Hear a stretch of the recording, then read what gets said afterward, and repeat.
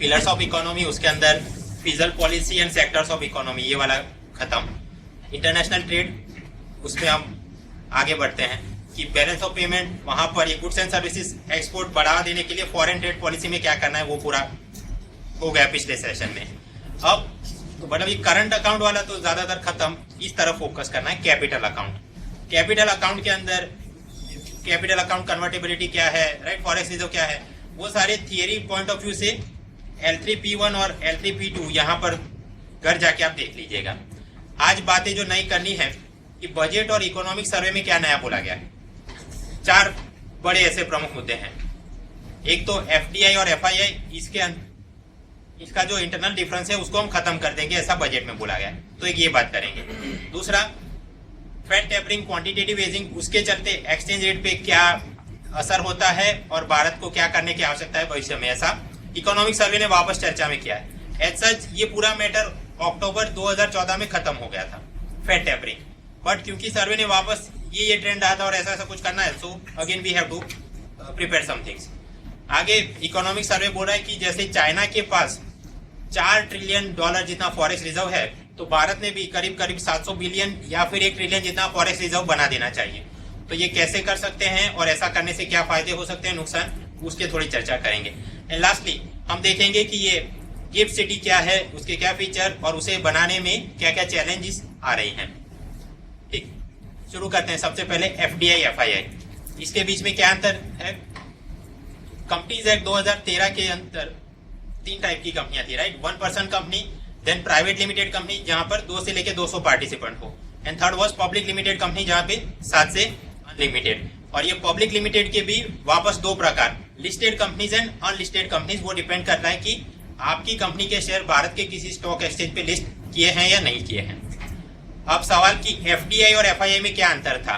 Arvind Mayaram panel ने ये अंतर बताया कि अगर लिस्टेड कंपनी में विदेशी निवेश 10% से कम है, एक कंपनी का क्या शेयर होल्डिंग होगा 100%, राइट, तो उसमें अगर 10% से कम विदेशी निवेश है, then it will be called foreign portfolio investment, FPI, जिसको हम रोज के भाषा में बोलते हैं FII वाले।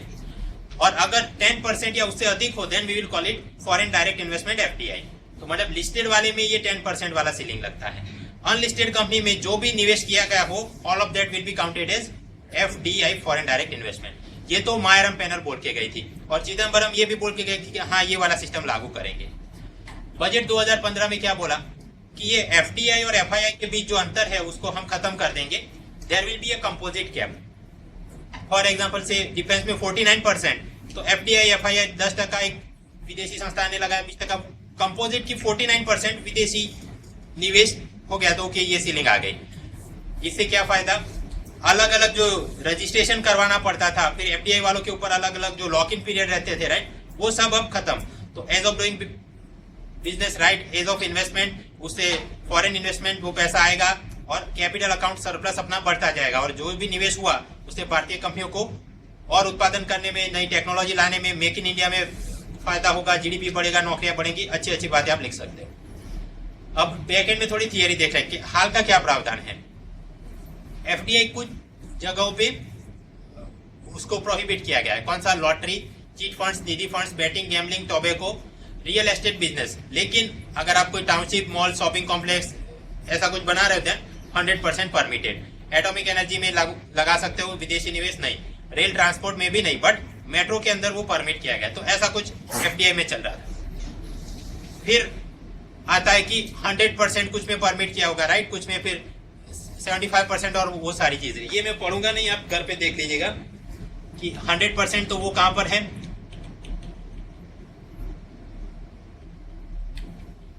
देन 74% कहां पर, 49% कहां पर, 26% और 20% वो कहां पर। तो मतलब ये पूरे सीलिंग वगैरह आप घर पे देख लीजिएगा। प्रीलिम पॉइंट ऑफ व्यू से क्या याद करना है कि कुछ होता है ऑटोमेटिक अप्रूवल, मतलब उसने सीधा खरीद लिया शेयर और बात खत्म। कुछ में होता है गवर्नमेंट अप्रूवल इज रिक्वायर्ड। तो ये गवर्नमेंट कौन अप्रूव करती है, उस संस्था का नाम है FIPB, foreign investment promotion board, और उसका साहब या चेयरमैन कौन है, फाइनेंस मिनिस्ट्री, और उसके अंदर डिपार्टमेंट ऑफ इकोनॉमिक अफेयर्स, उसका जो सेक्रेटरी होगा मतलब IAS, he will be the chairman. इस कमिटी बोर्ड जो भी आप बोलो, और नीचे कौन कौन लोग हैं, दूसरे डिपार्टमेंट के सेक्रेटरीज, मतलब वो भी आईएएस। कौन कौन सा डिपार्टमेंट, कॉमर्स मिनिस्ट्री के अंदर होता है department of industrial policy and promotion, DIPP, उसका आईएएस आ गया यस। डिपार्टमेंट ऑफ कॉमर्स वो भी आ गया yes. Ministry of external affairs के अंदर होता है डिपार्टमेंट ऑफ इकोनॉमिक रिलेशन, तो उसका जो भी सेक्रेटरी है। और अलग अलग एक्सपर्ट्स या official as and when require, for example atomic energy में कुछ करना हो, रेल ट्रांसपोर्ट में, तो उसके कोई एक्सपर्ट की आवश्यकता हो तो उस वक्त बुला लेंगे। तो ये अपना है फॉरेन इन्वेस्टमेंट प्रमोशन बोर्ड। अब प्रीलिम पॉइंट ऑफ व्यू से क्या याद करोगे आप, देखो as such import export matter कौन देखता है, कॉमर्स मिनिस्ट्री देखती है, राइट।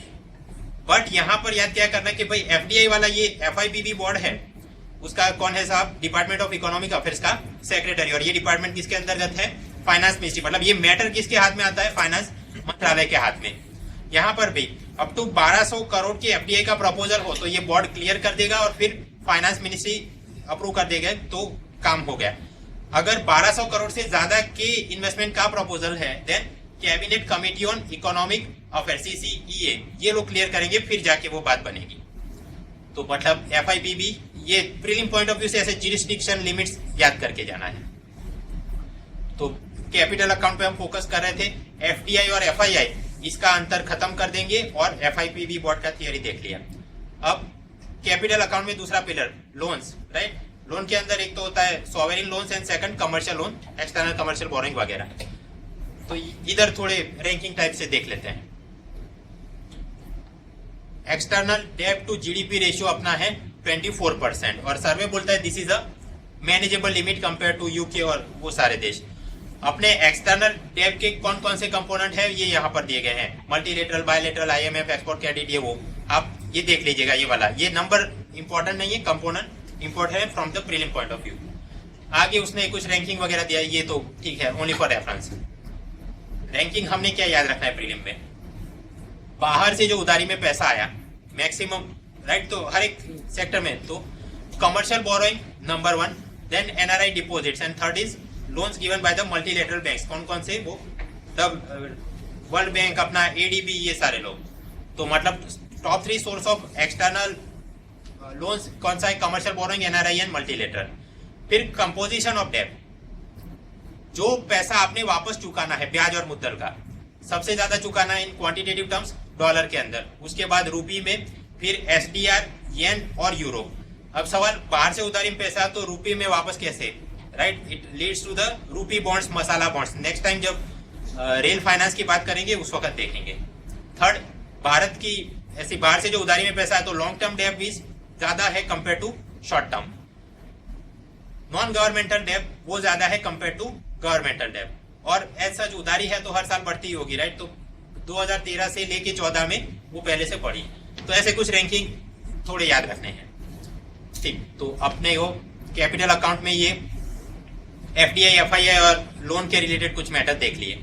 अब यहाँ पे आते हैं फेयर टेपरिंग, क्वांटिटेटिव इजिंग। उसका क्या मतलब है, भारत को ये कैसे असर कर रहे हैं। As such prelim point of view से ये कैसे परेशान करेगा, cause consequence type, assertion, reasoning type सवाल आपको पूछ सकते हैं। मुख्य परीक्षा में कैसे, जनरल स्टडीज पेपर 2 वहां पर है कि effects of policies of developing countries, और वो भारत के इंटरेस्ट को कैसे असर करती हैं। उस पे सवाल कुछ ऐसा निकल सकता है, first world low interest rate policies and quantitative easing are unleashing financial turmoil on emerging market economies, discuss in context of India. ये स्टेटमेंट असल में रघुराम राजन ने बोला है कि ये प्रथम विश्व की ऐसी सारी नीतियां, उससे तीसरे विश्व की इकोनॉमी पे टर्मोइल आ जाता है, भारत के परिप्रेक्ष्य में आप इसकी चर्चा करो। तो मैटर समझ के वो चर्चा करते हैं। पहले भी एक बार बात की थी, सबप्राइम क्राइसिस अमेरिका में कैसे हुआ। उनकी बैंकों ने ऐसे लोगों को उधारी में पैसा दे दिया जिनकी वापस करने की औकात नहीं थी, सबप्राइम बोरोवर्स, और वो सारे लोन पेपर्स की मदद से नई मॉर्टगेज बैक्ड सिक्योरिटी, एक प्रकार का डेरिवेटिव इंस्ट्रूमेंट बाजार में उतारा गया जो सभी निवेशकों ने खरीदा। आगे चल के इन सब ने अपना उधारी में पैसा वापस दिया नहीं, सभी के घर आपने जब्त कर लिए, बट रियल एस्टेट में अंदर क्रैश हो गया और पैसा रिकवर हो नहीं पाया और पूरी सिस्टम कोलैप्स हो गई। अब तो मतलब ये सारी जो मॉर्टगेज बैक्ड सिक्योरिटी या लोन पेपर्स थे, ये सब दे बिकेम टॉक्सिक एसेट्स। इससे निजात पाने के लिए अमेरिका की सेंट्रल बैंक, मतलब US फेडरल रिजर्व, उसने सिस्टम शुरू किया कि सारे बैंकर्स और एनबीएफसी इनको बोला आप अपने सारे government bonds and toxic asset मेरे को दे दो, बेच दो, और सामने मैं आपको नए डॉलर छाप के दे दूंगा, इलेक्ट्रॉनिकली छाप के, फिजिकल करेंसी नहीं। और तो मतलब एक प्रकार से क्या हो रहा है, बॉन्ड खरीदी की जा रही है और सामने डॉलर दिए जा रहे हैं। तो टारगेट कुछ चला था कि दिसंबर 2013 में 85 बिलियन डॉलर्स के वो खरीदते थे, मतलब हर महीने इतने इतने बिलियन डॉलर की खरीदी की जाती थी, सामने इतना पैसा जनरेट हो रहा था। तो मतलब quantitative easing means the bond purchase program done by the US Federal Reserve and it leads to generation of new dollars. सवाल भारत को ये कैसे असर करता है? आप देखो अमेरिका के अंदर ऐसे नए नए डॉलर जनरेट हो रहे हैं, राइट। अब पूरा वो सारे डॉलर अमेरिकन मार्केट में ही निवेश नहीं होंगे, उसे वो एब्जॉर्ब नहीं कर पाएगा। क्यों? इकोनॉमी खड्डे में गई है। तो स्वाभाविक है यहाँ से कुछ लोग वो डॉलर उधारी में लेके कहीं और निवेश करने जाएंगे, राइट। कहाँ पे? भारत, चाइना, सभी जगह पे। अब आप समझो सामने राजन भाई इतने नोट छाप नहीं रहे इंडियन रुपीज, और यहाँ से इतना सारा डॉलर का माल आ रहा है, तो एंड रिजल्ट क्या होगा? Dollar will get weak. क्यों? जो चीज का सप्लाई बढ़ता है वो सस्ता हो जाता है। सो यहाँ पर डॉलर वीक हो जाएगा, Indian rupee will get strong. कितना स्ट्रॉन्ग हुआ? कुछ सालों पहले $1 बिक रहा था 39 रुपीज। तो आप समझो कि रुपया मजबूत हो गया, डॉलर वीक हो गया। इससे इंपोर्टर, भारतीय इंपोर्टर को तो मजा होगा, बट एक्सपोर्टर को मजा नहीं आएगा। तो ये हुआ अपना क्वांटिटेटिव ईजिंग प्रोग्राम। और इसके चलते भारत को क्या हुआ? तकलीफ क्या हुआ? रुपी गॉट स्ट्रॉन्ग, तो वो इंपोर्ट के लिए तो बढ़िया, बट एक्सपोर्ट के लिए खराब है। ऐसी कोई परिस्थिति से लड़ना हो तो क्या हो सकता है? कॉज कॉन्सिक्वेंस अजर्शन रीजनिंग टाइप के सवाल में आपको कुछ सेट करना है। आप सोचो यहाँ पर राजन भाई ने स्टेबिलिटी चाहिए तो क्या करना होगा? ये जो डॉलर वहां पे आ रहे हैं, राइट, उसके फ्लो को रिस्ट्रिक्ट करना होगा। रिस्ट्रिक्ट करने के लिए आप क्या कर सकते हो? आप L3P2 वो एक लेक्चर चल रहा था, capital account convertibility, current account convertibility, हमने बात की थी। वहां पे एक सिस्टम था LRS, लिबरलाइज रेमिटेंस स्कीम। उसका फंडा क्या था? मेरे पास ढेर चाहे इंडियन रुपी हो, लाखों करोड़ हो, but there is a limit कि इतने डॉलर तक ही मैं उसको तब्दील करा के बाहर ले जा सकता हूँ, राइट। तो वो LRS स्कीम को टाइट कर दे राजन भाई, तो स्वाभाविक है ऐसा, या फिर रिलैक्स कर ले, जो भी उसको कॉज कॉन्सिक्वेंस के रूप में सेट हो रहा हो। उसी प्रकार ये फीमा एक्ट के अंतर्गत करंट अकाउंट और कैपिटल अकाउंट, उसके अंदर कन्वर्टेबिलिटी में वो कोई ना कोई रिस्ट्रिक्शन कर दे ताकि यहां पर वो सेट कर सके। तो घर पे आप सोचिएगा कि क्वांटिटेटिव ईजिंग से लड़ना हो तो ये हथियार कैसे आप यूज कर सकते हो। क्या अब क्वांटिटेटिव ईजिंग हमने समझ लिया कि भाई यूएस फेडरल रिजर्व हर महीने ढेर सारे बॉन्ड खरीद रहा है और नए नए डॉलर जनरेट कर रहा है। तो इस प्रकार से अगर पैसा हमेशा जनरेट होता रहेगा, देन उसका purchasing power it will get decline. तो स्वाभाविक है उनको भी पता है कि एक हद के बाद तो इसे खत्म करना पड़ेगा। तो एक स्टेज, एक फेज में चला है, फिर थोड़ा समय रुक लिया कि इकोनॉमी रिकवर हो रही है कि नहीं, फिर दूसरा स्टेज, फिर तीसरा स्टेज। एज सच बैन बर्नार्की का टारगेट ये था कि इन्फ्लेशन 2.5% से ज्यादा बढ़ जाए या अनएम्प्लॉयमेंट का रेट 6.5% से कम हो जाए। दोनों ही केस में मैं ये समझूंगा कि अमेरिकन इकोनॉमी वापस रिकवरी में है और मैं ऐसे नोट छापना बंद कर दूंगा। खैर आगे चल के बैन बर्नार्की के सामने आ गई Janet Yellen, she became the new chairman of the US Federal reserve, और ये समय चल रहा है जनवरी 2014। जेनेट येलेन को लगता है कि ठीक है अब अपनी अमेरिकन इकोनॉमी वापस रिकवरी में आ रही है, तो मतलब मैं जो हर महीने, मेरे पिछले वाले लोग हर महीने बिलियंस ऑफ डॉलर्स के बॉन्ड खरीद रहे थे, मैं उसकी खरीदी धीरे धीरे कम करूंगी, राइट। तो एक प्रकार से जो डॉलर जनरेट हो रहे थे पहले से कम स्पीड में जनरेट होंगे। अब आप समझो ऐसी परिस्थिति को भारत पे क्या असर हो रहा है? जो पहले यहाँ पे ढेर सारा डॉलर हो रहा था उसे कम जनरेट हो रहा है, और सामने जो निवेशकों ने भारत में पैसा लगाया है वो भी अब क्या सोचेंगे कि अगर अमेरिकन इकोनॉमी रिकवरी पे है, so let us pull out our money from India, right, और यहाँ से वो पैसा वापस निकाल के ले जाते हैं। तो यहाँ पर क्या हो रहा है? आप देखो ये डॉलर सप्लाई, भारत के फॉरेक्स मार्केट के पॉइंट ऑफ व्यू से आप विजुलाइज करो, पहले ढेर सारा डॉलर था, अब धीरे धीरे वो चले गए, तो मतलब डॉलर सप्लाई डिक्लाइन और रूपी सप्लाई मान लो अपना उतना ही है। So in this case what will happen? Dollar will become strong and rupee will become weak. क्यों? जो चीज कम होगी वो महंगी होती जाएगी, राइट। तो ये जो फेड टेपरिंग वाला फेज चला, तो धीरे धीरे स्वाभाविक है रुपया अपना वीक होता जाएगा, तो $1 फिर 60 रुपीज, 63 रुपीज, ये कुछ चलने लगा। अब इससे इंपोर्टर्स को तकलीफ होगी बट एक्सपोर्टर्स को मजा आएगा। ऐसा सच आप देखो कोई भी रेट पे दोनों आदमी तो खुश हो नहीं सकते, बट व्हाट इज रिक्वायर्ड कि ये रेट के अंदर एक स्टेबिलिटी होनी चाहिए ताकि फॉरेन ट्रेड स्टेबिलाईज हो सके। अदरवाइज ये होगा कि अमेरिका वाले हर बार एक्सप्लोर करेंगे कि भारत से हमको इतने में मिल रहा है, चाइना में कहां पे, China long term trade contract can not materialise. तो इस कारण से एक्सचेंज रेट में कोई स्टेबिलिटी होनी चाहिए। दूसरे डायग्राम से भी ये बात समझ सकते हैं कि भाई क्वांटिटेटिव ईजिंग तो ये ढेर सारा डॉलर सप्लाई हो गया, और फेड टेपरिंग तो मतलब बॉन्ड खरीदी उन्होंने कम कर दी, धीरे धीरे वो कम हो रहा है, राइट। और यहाँ पर डॉलर सप्लाई बढ़ेगा तो क्या होगा, कम होगा तो क्या होगा, यही वाले ग्राफ से वो चर्चा की गई है। अब इसमें आप प्लॉट करो फेड टेपरिंग का क्या मतलब है। धीरे धीरे बॉन्ड खरीदी यूएस फेडरल रिजर्व कम कर रही है। दिसंबर 2013 में 85 बिलियन डॉलर्स के वो खरीद रहे थे, तो मतलब उतने ज्यादा जनरेट हो रहे थे डॉलर्स। फिर उन्होंने कटौती करना शुरू किया 75, 65, राइट। ऐसा करते करते अक्टूबर 2013 में ये ग्राफ कम होते होते आ गया 15 बिलियन डॉलर की खरीदी, और उसके बाद स्टॉप कर दिया। तो आप देखो ये क्या हो रहा है ग्राफ में, इसकी विड्थ धीरे धीरे कम हो रही है। मैकेनिकल टर्म है टेपरिंग, और क्योंकि यूएस फेडरल रिजर्व कर रहा है so it is called US Fed tapering, right. तो ये अब इसके सामने हमने कुछ भारत के क्या असर हुआ, Indian rupee got weak compare to US dollar. Graph के जरिए ये सर्वे वालों ने दिखाया है कि 2013 में जैसे अफवाह उड़ गई, आप देखो भारत का रुपए कितना वीक हो गया, 57 से ऊपर चल के 65 के रेंज में चल रहा था। असल में फेड टेपरिंग शुरू हुआ जनवरी 2014 से और खत्म हुआ अक्टूबर 2014 में। यहाँ पर थोड़ी थोड़ी अपने को स्टेबिलिटी दिखी है। ये क्यों दिखी, क्योंकि आरबीआई ने फिर कुछ ना कुछ रिफॉर्म्स लेना शुरू किया। वो कौन से रिफॉर्म्स लिए, एज सच ये कहां पर कॉज कॉन्सिक्वेंस टाइप या अजर्शन रीजनिंग टाइप में आपको परेशान कर सकता है। आप समझो फेड टेपरिंग में क्या हो रहा है कि यहां से डॉलर सप्लाई तो कम हो रहा है, और भारत से भी अपने फॉरेक्स मार्केट से वो डॉलर बाहर जा रहे हैं। तो अगर ऐसी कोई चीज से लड़ना हो, then you have to stop the outflow of dollars from Indian forex market, right. ये यहां से जो बाहर जा रहे हैं, तो ये मैं आउटफ्लो कैसे कम कर सकता हूं, मतलब राजन भाई कैसे कम कर सकते हैं। फर्स्ट थिंग, वापस वो याद करो लिबरलाइज रेमिटेंस स्कीम। उस वक्त आरबीआई ने ये किया,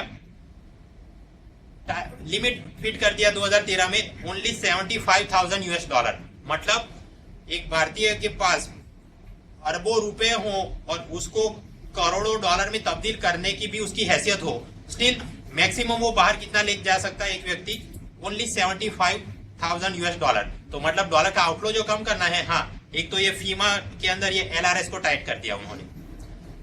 जब स्टेबिलिटी वापस आ गई तो धीरे धीरे उन्होंने एलआरएस को और लिबरलाइज करना शुरू किया। 75 से बढ़ा के कर दिया 1.25 लाख, और फिर 2015 फरवरी में वो कर दिया 2.5 लाख। तो अब धीरे धीरे वो वापस रिलैक्स कर रहे हैं। सेकंड थिंग, डॉलर आउटफ्लो सबसे ज्यादा एक तो कौन कंट्रीब्यूट करता है, जब भी हम क्रूड ऑयल इंपोर्ट करेंगे, राइट। तो यहां पर रिजर्व बैंक क्या कर सकती है, ऐसी ऑयल मार्केटिंग कंपनियों को बोला गया कि आप लोग भारत के फॉरेक्स मार्केट में मत जाओ, आप मेरे पास आओ, मैं अपने फॉरेक्स रिजर्व से आपको डॉलर दे दूंगा, बशर्त कि कुछ महीनों बाद वो सारे आप मेरे को वापस कर देना with some interest. So RBI ने क्या किया, technically they opened a special window for the oil marketing companies, right, to purchase dollars from its forex reserve, ताकि जो यहाँ के मार्केट से आउटफ्लो हो रहा है वो कम हो। आप समझो कि राजन भाई के फॉरेक्स रिजर्व से जाएगा तो यहाँ पर वो असर नहीं दिखाएगा। तो एक प्रकार से डॉलर आउटफ्लो को भारतीय फॉरेक्स मार्केट से कम करने का ये प्रावधान किया गया। आगे गोल्ड इंपोर्ट से भी अपने को वहां पे भी डॉलर आउटफ्लो हो रहा है, राइट। तो उसे आप कैसे कम करोगे, एक तो केंद्र सरकार ने गोल्ड इंपोर्ट पे पहले 2% कस्टम ड्यूटी थी, उसको बढ़ा के कर दिया 10%, ताकि सोना महंगा हो जाए। आरबीआई ने क्या नियम किया, 80-20% जितना सोना आपने आयात किया है उसका 20% वापस आप एक्सपोर्ट करो। तो ऐसा करने पर क्या होगा, इस प्रकार से रिस्ट्रिक्शन करने पर सोने की आयात पहले से कम होगी, राइट, और उसके सामने जितना भी डॉलर आउटफ्लो हो रहा है इट विल ऑल्सो डिक्लाइन।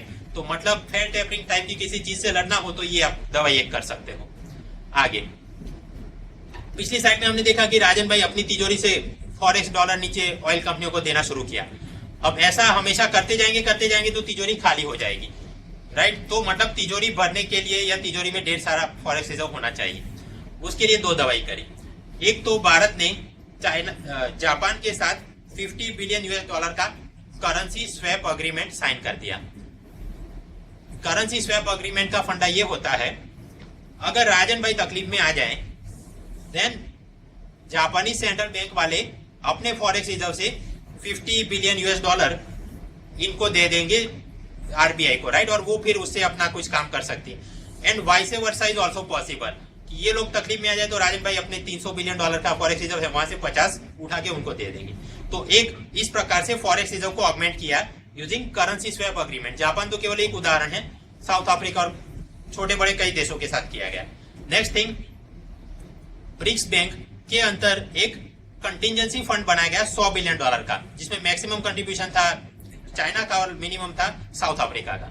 तो ये फंड से भी अगर तकलीफ में आप आ गए देन सेंट्रल बैंक को वो पैसा मिल जाएगा। तो आप समझे, ये जो तिजोरी है करेंसी स्वैप अग्रीमेंट से भी फॉरेक्स तिजोरी भर सकते हो और ये कंटिजेंसी फंड से भी, बट क्या है ये वापस आपको देना पड़ेगा पैसा।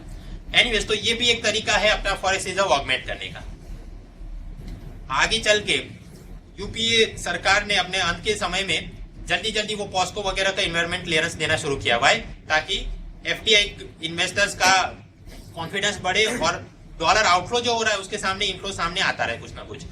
और अभी के वर्षों में तो 2014 के अंत से तो क्रूड ऑयल के दाम भी धीरे धीरे कम हो रहे हैं, तो उसके चलते करंट अकाउंट डेफिसिट भी कम हो रहा है और अपना डॉलर आउटफ्लो कम हो रहा है।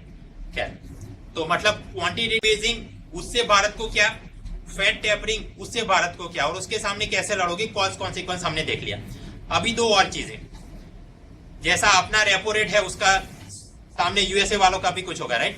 सो ये यूएसए फेडरल रेट वो बढ़ा दिया जाए या कम कर दिया जाए, how will it affect Indian economy.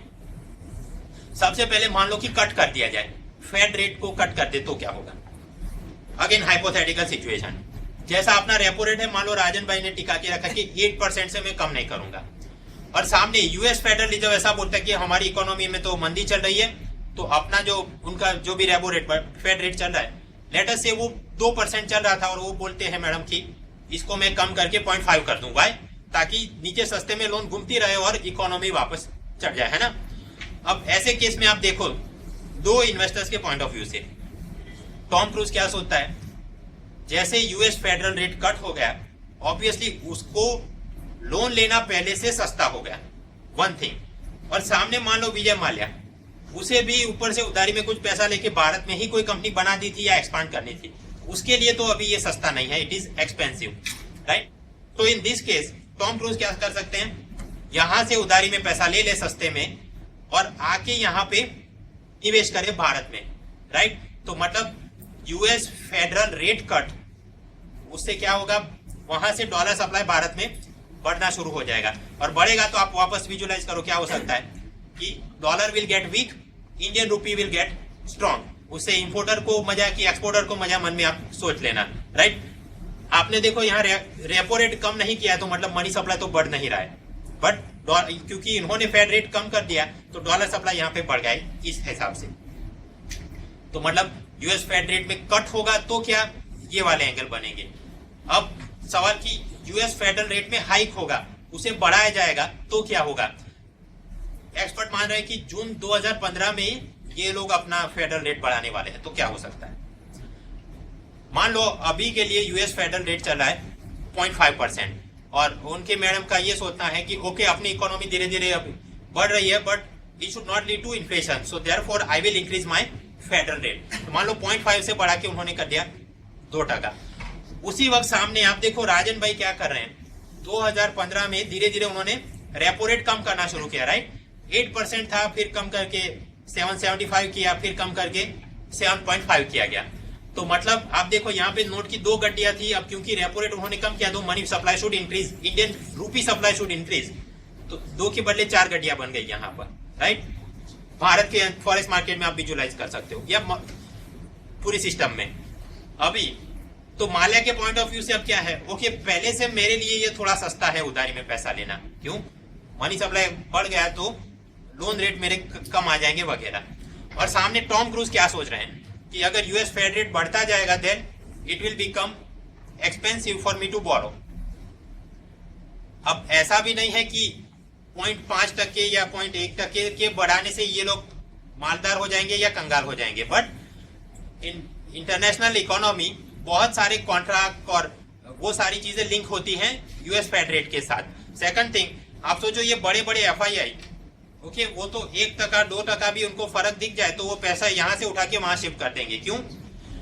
100 रुपए का 1% होगा 1 रुपया, बट आप अगर 1 मिलियन डालो, 1 बिलियन डालो तो बहुत बड़ा मुनाफा नुकसान हो सकता है। तो ऐसे केस में जब वैसे फेडरल रेट बढ़ता जाएगा, ये सारे निवेशक, विदेशी निवेशक ये सोचेंगे कि भारत से आप उठा लो पैसा, कहीं और निवेश करते हैं, या तो अमेरिका में या किसी और थर्ड कंट्री में जहां पे उस देश का रेपो रेट या जो भी रेट है वो बहुत महंगा चल रहा है। सो इन दिस केस अब आप देखो सिस्टम क्या बन गया है, इंडियन रूपी का सप्लाई ज्यादा है, डॉलर का सप्लाई आप देखो पहले से कम हो गया, आउटफ्लो होने लगा। अब आउटफ्लो होगा तो अगेन क्या होगा, आप सोचो, dollar will get expensive, Indian rupee will get weak. अब उससे इंपोर्टर एक्सपोर्टर को क्या हो सकता है, आप वापस दिमाग में विजुलाइज करो।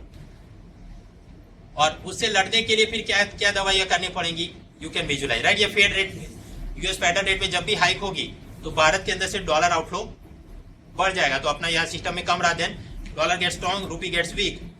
अभी जो $1 63 के आसपास चल रहा है, दे आर अफ्रेड की 65 या उससे भी ज्यादा हो जाए, तो क्या करेंगे? इंपोर्ट के लिए वो खराब है, एक्सपोर्ट के लिए बढ़िया है। खैर, अब ऐसा जब भी चल रहा हो, ये हम बात कर रहे हैं डॉलर आउटफ्लो या इनफ्लो की, पर्टिकुलरली एफडीआई और एफआईआई पॉइंट ऑफ व्यू से, राइट। तो ऐसी जब भी वॉलेटिलिटी चल रही हो तो हम फुल कैपिटल अकाउंट कन्वर्टेबिलिटी लाने का सोच भी नहीं सकते। अदरवाइज याद करो वो 96-97 में एशियन टाइगर्स ने ऐसा किया था और इनकी जीडीपी ग्रोथ रेट माइनस में चला गया था। So given this things it is dangerous to approach full capital account convertibility this days.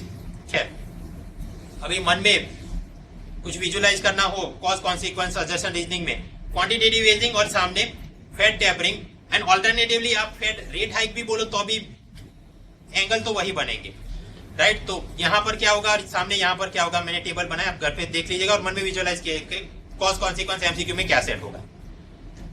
खैर, एक तो बात खत्म हुई, अमेरिका वालों ने पहले क्वांटिटेटिव ईजिंग किया, फिर फेड टेपरिंग, और फेड टेपरिंग खत्म हो गया अक्टूबर 2014 को।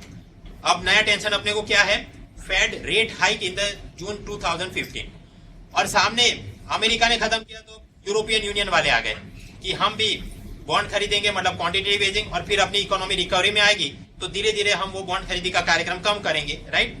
तो इसके चलते यूरो के सामने Indian rupee will get strong and weak, और वो सारे एंगल बनेंगे। L3 P3 पावर पॉइंट में आप ये मैटर देख लीजिएगा। हम तो अपना मेन जो सवाल है उस पर आते हैं। राजन भाई ने बोला कि first world low interest rate policies and quantitative easing are unleashing financial turmoil on emerging market economies discuss in context of India. प्रथम विश्व की ये सारी पॉलिसीज थर्ड वर्ल्ड कंट्री को नुकसान हो रहा है, और पर्टिकुलरली इंडिया के कंटेक्स्ट में आप चर्चा करो। तो अब क्या चर्चा करोगे, बस कॉज कॉन्सिक्वेंस जो हो रहा है वही लिख देना है।